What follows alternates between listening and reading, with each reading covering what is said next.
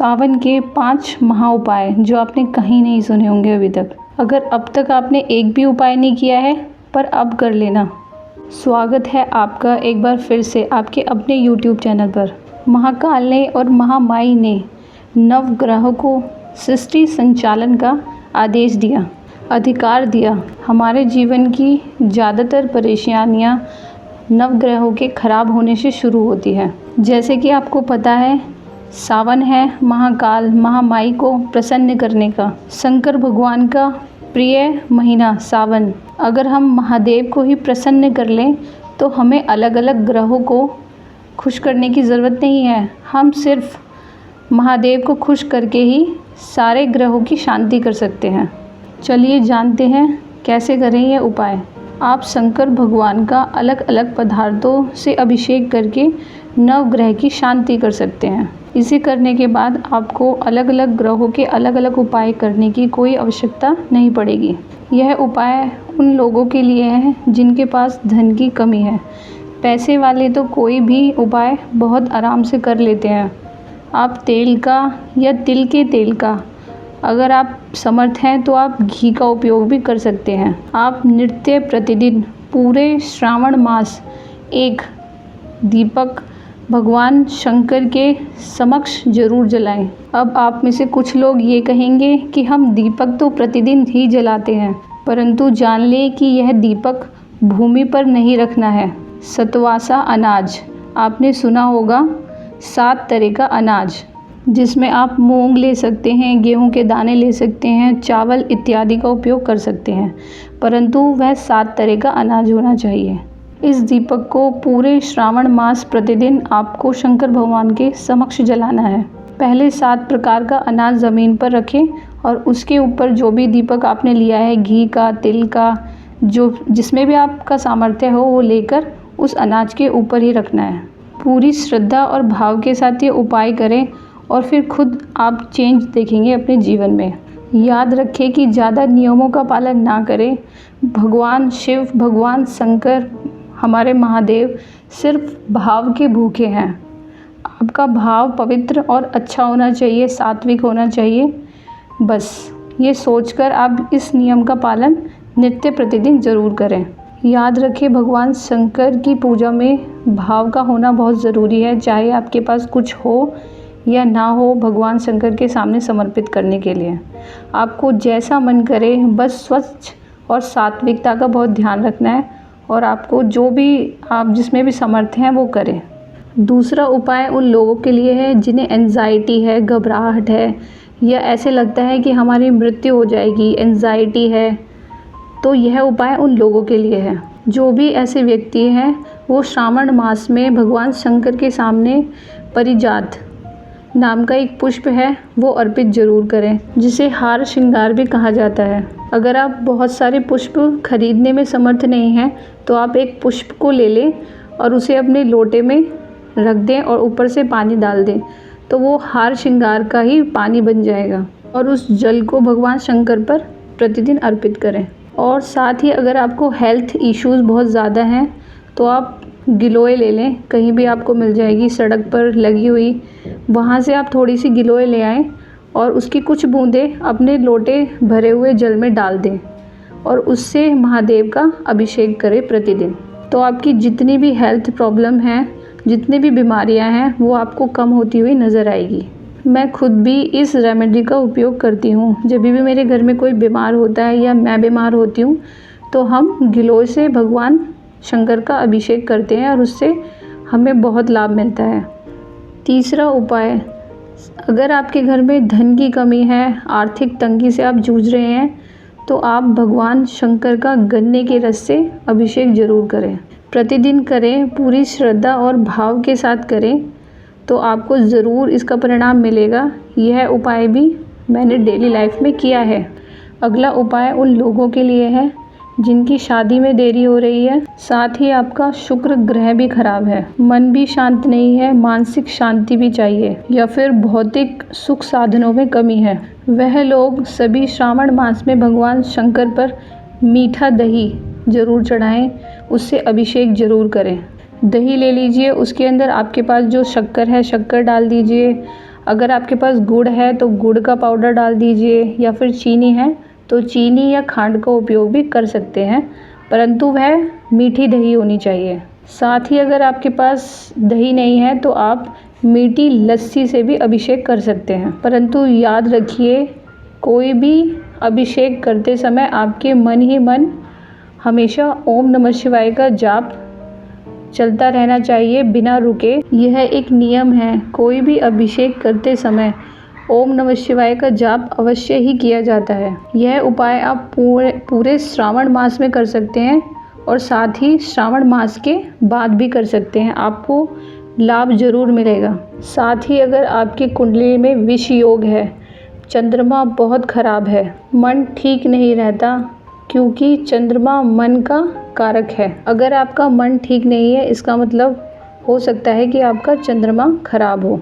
साथ ही चंद्रमा daily income से भी रिलेट करता है। चंद्रमा को स्ट्रॉन्ग बनाने के लिए दूध से नहीं, मीठे दूध से भगवान शंकर का अभिषेक करें। परंतु याद रखिए, वह दूध चीनी से मीठा नहीं करना है, बतासे से मीठा होना चाहिए। दूध में बताशा डालिए और फिर उसे मीठा कीजिए और फिर भगवान शंकर पर अर्पित कीजिए। साथ ही जन्म कुंडली में विष योग के लिए आप श्रावण मास के बाद वह बताशा डालकर जो दूध है वो किसी को दान भी कर सकते हैं। ऐसे लोगों को दूध का सेवन नहीं करना चाहिए। बतासे वाले दूध का उपयोग या तो आप शिवलिंग पर चढ़ाने के लिए करें या किसी ज़रूरतमंद को दें, परिणाम सेम ही आएगा, उसका जो लाभ होगा वो सेम ही होगा, उसमें दोनों में कोई भी अंतर नहीं आएगा। अगला उपाय उन लोगों के लिए है जो मांगलिक हैं, जिनको गुस्सा बहुत ज़्यादा अधिक मात्रा में आता है या फिर आपके घर में बहुत लड़ाई झगड़े कलह रहता है। ऐसे लोगों को गंगा जल में गुड़ मिलाकर भगवान शंकर का अभिषेक करना चाहिए। और अगर ये नहीं करना चाहते तो लाल मसूर की दाल आप भगवान शंकर पर अर्पित करें। मंगल के मंगलवार यह उपाय करना है। हमारा जो क्रोध और गुस्सा है वो मंगल का ही कारक है। अगले जो उपाय हैं हम वो फलों से संबंधित होंगे या फिर फलों के रसों से संबंधित होंगे। सबको आजकल धन चाहिए, वो भी कम नहीं, बहुत उचित मात्रा में चाहिए। तो उनके लिए आप गन्ने का रस, आम का रस और अनार का रस का प्रयोग करें। परंतु याद रखिए, जो भी रस का आप उपयोग कर रहे हैं वो बिल्कुल फ्रेश होना चाहिए, ताज़ा बना हुआ। घर में निकाले तो बहुत ही उत्तम है, परंतु अगर बाहर से आप दुकान से लेकर आ रहे हैं तो स्वच्छता का ज़रूर ध्यान रखें। इससे हमें धन की प्राप्ति ज़रूर होगी।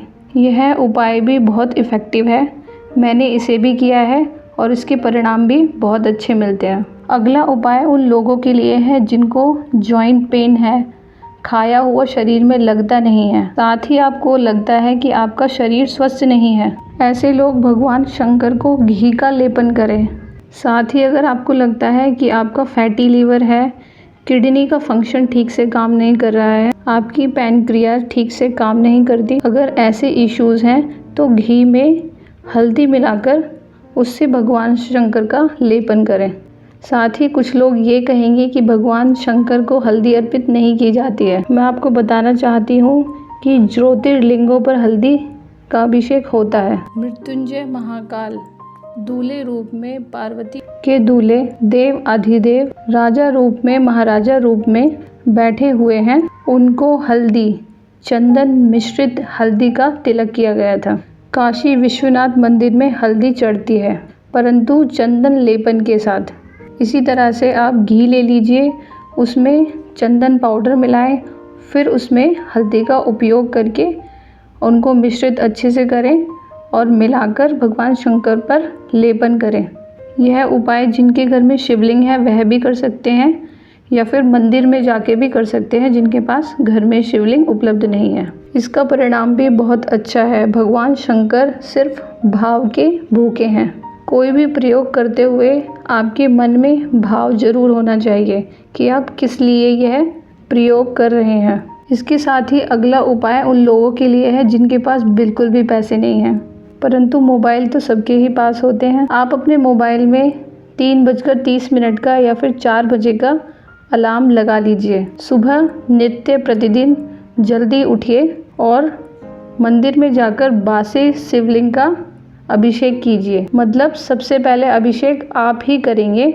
वह बासा शिवलिंग होता है जिस पर सबसे पहले पूजा अर्चना आपने ही की हो, आपसे पहले किसी ने भी पूजा अर्चना नहीं की हो, उसे ही बासा शिवलिंग कहते हैं। यह अभिषेक 1000 गंगा जल की धाराओं के बराबर होगा। शास्त्रों में इसका उल्लेख मिलता है। जो व्यक्ति ब्रह्म मुहूर्त में बासे शिवलिंग पर अभिषेक करेगा जल से, उसे 1000 गंगा की जल धाराओं के बराबर सहस्त्र धार के बराबर बताया गया है। भगवान शंकर इतने भोले हैं कि वह जल धारा से ही प्रसन्न हो जाते हैं। भगवान गणपति मोदक से, माँ भगवती अर्चना से, विष्णु भगवान नाम जप से और किसी पर किए गए उपकार से, साथ ही सूर्य नारायण भगवान अर्घ देने से भगवान शंकर जल धारा से प्रसन्न हो जाते हैं। जल धारा भगवान शंकर को बहुत प्रिय है। अब कुछ लोग कहेंगे कि ब्रह्म मुहूर्त में हमारे घर में तो शिवलिंग है, हम उसी को ही जल समर्पित कर देंगे, परंतु यह उपाय भगवान शंकर के मंदिर में ही किया जाएगा। यह जितने भी उपाय हैं वह अचल प्रतिष्ठित शिवलिंग के ऊपर ही किए जाते हैं, जो मंदिर में रहते हैं, जिन्हें एक स्थान से दूसरे स्थान पर खिसकाया नहीं जाता। साथ ही अगर आप राहु, केतु और शनि या शनि की 7.5 से परेशान हैं, तो आप भगवान शंकर पर अपराजिता की फूल समर्पित करें और साथ ही दारिद्र्य दहन स्रोत का पाठ भी आपको करना पड़ेगा। साथ ही श्रावण मास में आप 12 ज्योतिर्लिंगम का स्रोत पढ़ सकते हैं। साथ ही आप लिंगा अष्टकम स्रोत का पाठ भी कर सकते हैं। इसके अलावा आप पंचाक्षरी स्रोत का पाठ कर सकते हैं। इन सभी का पाठ करने के लिए दीक्षा की कोई आवश्यकता नहीं है। कुछ मंत्रों का जाप करने के लिए आपको दीक्षा की आवश्यकता होती है, परंतु इन सभी का पाठ करने के लिए आपको दीक्षा की आवश्यकता नहीं होगी। साथ ही कहते हैं कि महाकाल के दर्शन मात्र से, उनकी भस्म आरती के दर्शन मात्र से बहुत से लोगों ने शराब पीना छोड़ दिया है। लोगों के विवाह में जो बाधाएं आ रही थी, विवाह टूटने जा रहे थे, वो बच गए हैं। बहुत बीमारियों से पीड़ित व्यक्ति भी स्वस्थ हो गया है दर्शन मात्र से। अगर संभव हो तो अपने जीवन में महाकाल के दर्शन अवश्य करें, वहाँ की भस्म आरती का दर्शन जरूर करें। साथ ही आपको पता है ये मंगल का साल है, तो इस समय में दुर्घटनाओं से बचने के लिए भी एक उपाय मैं आपको बता रही हूँ। यह उपाय उन लोगों के लिए जो ट्रैवल बहुत करते हैं, इधर से उधर बहुत उनका जाना आना होता है और उन्हें डर रहता है कि कहीं उनका गाड़ी का एक्सीडेंट ना हो जाए, तो वह सभी लोग लाल कपड़े में राम रक्षा स्तोत्र या फिर माँ बगलामुखी यंत्र को सिद्ध करवाकर किसी पंडित से लाल कपड़े में बांधकर अपने गाड़ी के डैशबोर्ड में रख दें। इस उपाय को करने से आप एक्सीडेंट जैसी चीज़ों से बचे रहेंगे।